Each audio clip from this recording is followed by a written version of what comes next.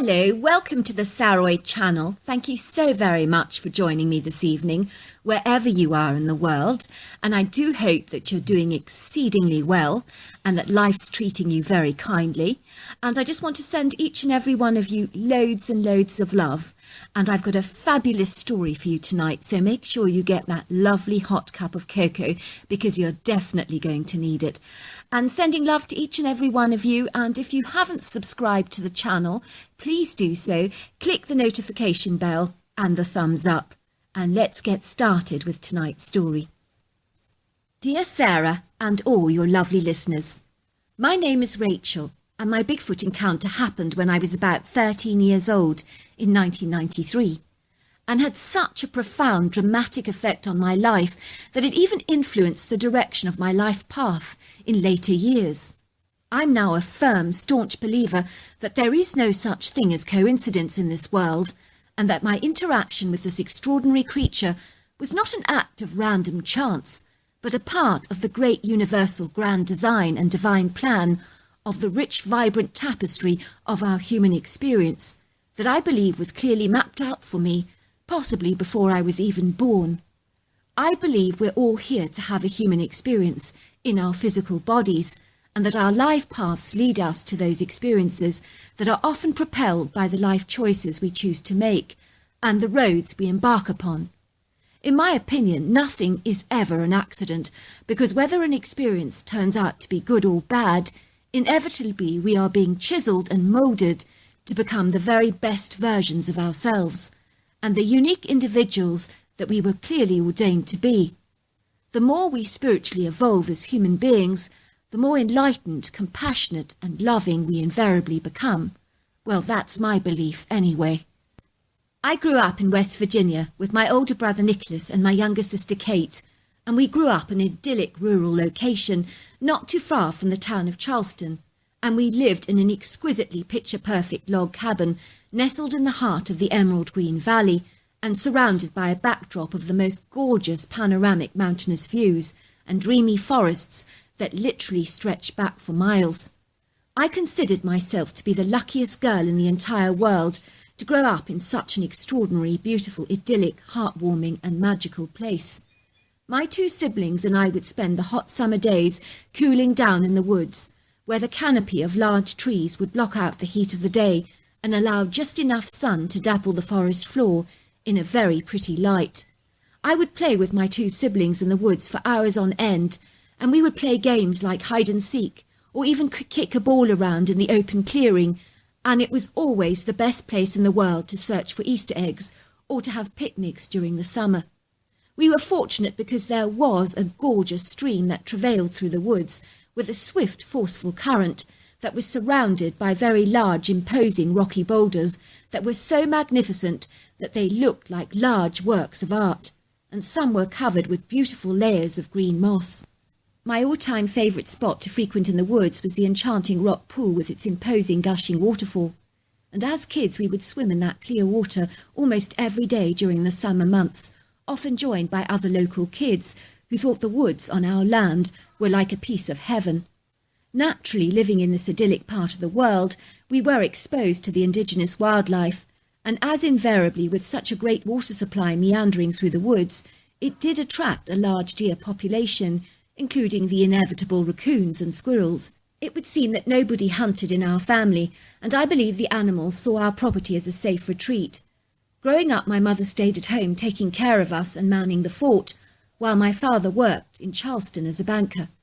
One day when I was about 13 years old, I remember my brother and sister were doing their homework in the kitchen under my mother's supervision. As I'd finished my homework, I had some free time on my hands. It was a very sweltering hot day, and I decided I wanted to read a book. I remember it was an exciting mystery novel, and I couldn't wait to see what would happen next. But I decided I'd go and read it in the woods, because it was so refreshingly cool and breezy in there, and besides, I loved being outdoors. I grabbed a bottle of fresh spring water and a picnic rug, and off I went. I remember laying the picnic blanket underneath an oak tree, and I began to read my book. I took a sip of water and looked up from my book for a moment, and that was when I saw this huge pile of what I can only describe looked like an old dirty grey rug that was lying under this tree. I remember wondering who had thrown it out and why they had tossed it in the woods like that. It was very peculiar because our land was private property, so I did not know of anyone who would be throwing nasty old rugs in the wood unless there was a vagrant trespassing on our land, and this would not be the first time that had happened to us. I took another sip of water, and then I remember being almost convinced that the strange rug had curiously moved. Suddenly I was absolutely certain that there was someone sleeping under that dirty old rag. I knew my dad would not be happy to learn about another annoying trespasser that we would invariably have to chase off our land. Feeling more than a little cheesed off by this unwelcome visitor, I ventured towards the old smelly rug, and almost gagged because it smelt so disgusting and vile. I tugged the rug violently with my hands and realised that the rug seemed to be attached to a living creature. I was completely gobsmacked and mesmerised at the same time. I could not imagine what it was, because it was large enough to be a bear, but this was clearly no bear, and it was too big to be a grey shaggy dog. I was very confused. Suddenly the creature looked up at me with what I can only describe as these bright yellow alluring eyes that peered at me through a sea of grey hair. On closer inspection, and to my utter amazement, I realised that this critter had human-like characteristics, but it wasn't human, and ape-like characteristics, but it wasn't an ape. I'd never seen, nor had I ever heard of a creature like this before, but whatever it was, it clearly needed me. I could sense that the creature was so ecstatic to see me and seemed reassured by my presence, as if in some way I brought him a measure of great comfort. I could see the critter was beyond help. It was an elderly male, and I knew instantly that it was dying. I have been around dying animals enough in my young life, living so close to nature as I did, that I knew the imminent signs before me. I put my hand on the creature and stroked his hair tenderly, and the gratitude I witnessed on its face was immeasurable. I knew it did not want to be alone, as he lay there, and who could blame him? I sat beside him, putting my hand on his colossal, emaciated body and stroking him very gently. I could feel and sense his gratitude as he let out a few grunts under his breath. I began to sing to him very gently, and he seemed soothed by my voice. When he groaned in pain, he clutched an area of his body, and that was when I would massage the tender spot ever so lightly with my hands. I kept saying to him, "It's going to be all right, just you see. I promise you, it's going to be all right." I spoke to him in very gentle whispers. "It's going to be all right. Everything's going to be fine. I promise you. Don't you worry. Everything's going to be fine." I do not want to underestimate how Herculean this thing was. It was almost like I was stroking a rhino or a blue whale, something with an extensive surface area that had very titanic proportions. I could tell that the critter was suffering from extreme muscle wastage and was skeletal, scrawly, decrepit and weathered by the ravages of a very long life. I think he must have just suddenly passed out and stumbled under the tree where I found him, and his body began to shut down. I was so pleased to be with him in these last moments because his family possibly hadn't realised his impending fate. I imagine he was engaging in his usual routine and was struck down very suddenly, and as far as his family members were concerned, I imagine they were oblivious of his dramatic physical decline and deterioration. If they could not be there for him, at least I was.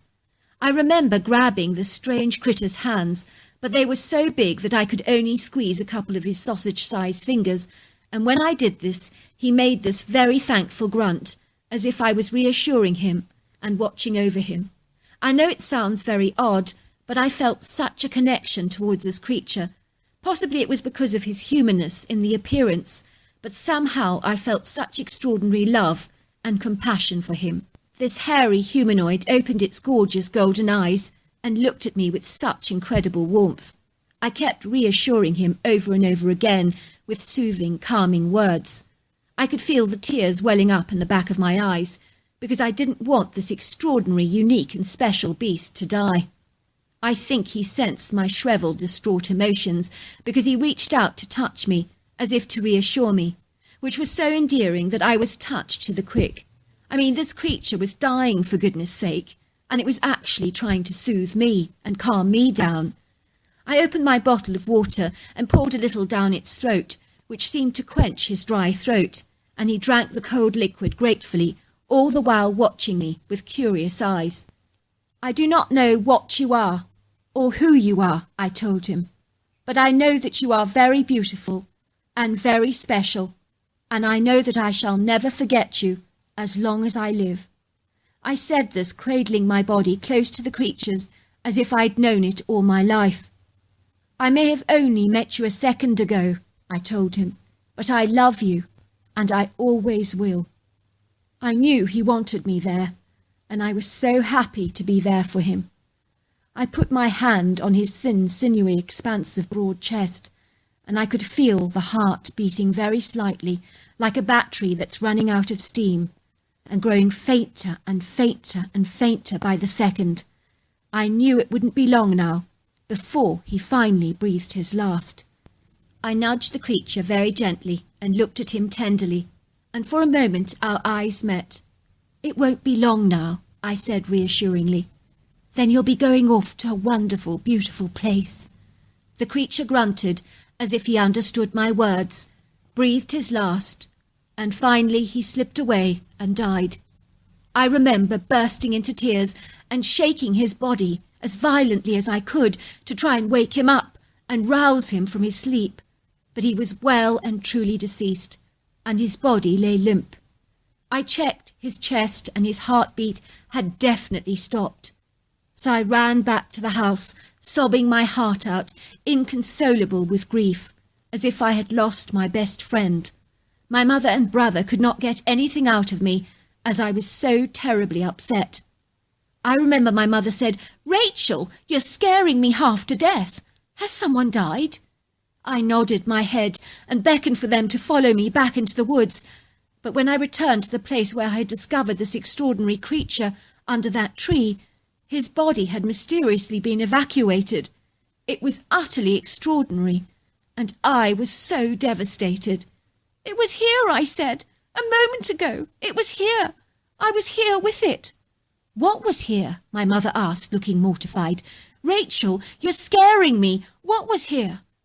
I proceeded to tell them my strange, very peculiar story, and they both looked very perturbed.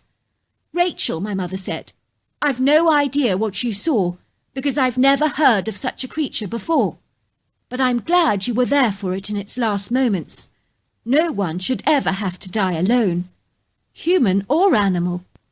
I remember hearing my brother say to my mother, "What the heck did she see?" "I have absolutely no idea," remarked my mother. "But I'll tell you this for nothing. I've never seen Rachel so emotionally stirred up by anything like this before. This event has impacted her life in such a dramatic way. You mark my words." My mother was right, of course. After my interaction with the critter in its dying moments, I was moved so much that I decided when I grew up, I wanted to become an EMT. I wanted to help people in harrowing emergency situations and be that reassuring voice for them, especially if they were in death and life situations. I now vehemently believe that the creature I encountered in the woods was, in fact, a Bigfoot. Fast forward a few years and I had trained as an EMT. I still remember the first day of my course as if it was yesterday. There were so many young people, equally as enthusiastic and eager to become EMTs as I was. We were all talking excitedly about the prospects of the job.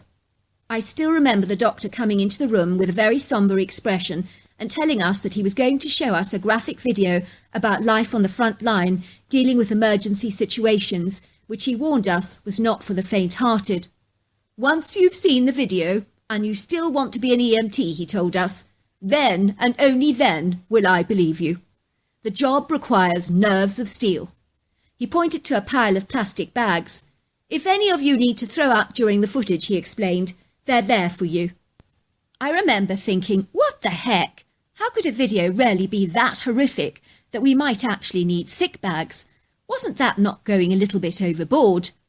The footage was worse than I could have ever envisaged, and we were eyewitness to the raw emotions, the screaming relatives, and of course all the grisly details of decapitated body parts from shootings, car accidents, and of course suicides. We were shown details of the bodies in graphic detail, like the tissues, the blood, the goo, the brain matter, that had all been splattered across the road in an accident, like a box of broken eggs. It didn't get more graphic than that. I'm not going to lie to you and pretend I was all stoic and composed, because like most of the people in the room, I was actually throwing up violently and heaving in a sick bag. But if the video could not have got any worse, it invariably did. And we were seeing graphic scenes of EMTs being beaten up by drunks and physically assaulted in their jobs, which is part of the job description. And I watched all this with great trepidation.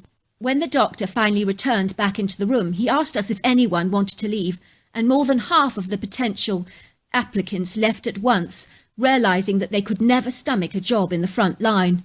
I remember the doctor smiling at us and saying, "You see why my job is so easy?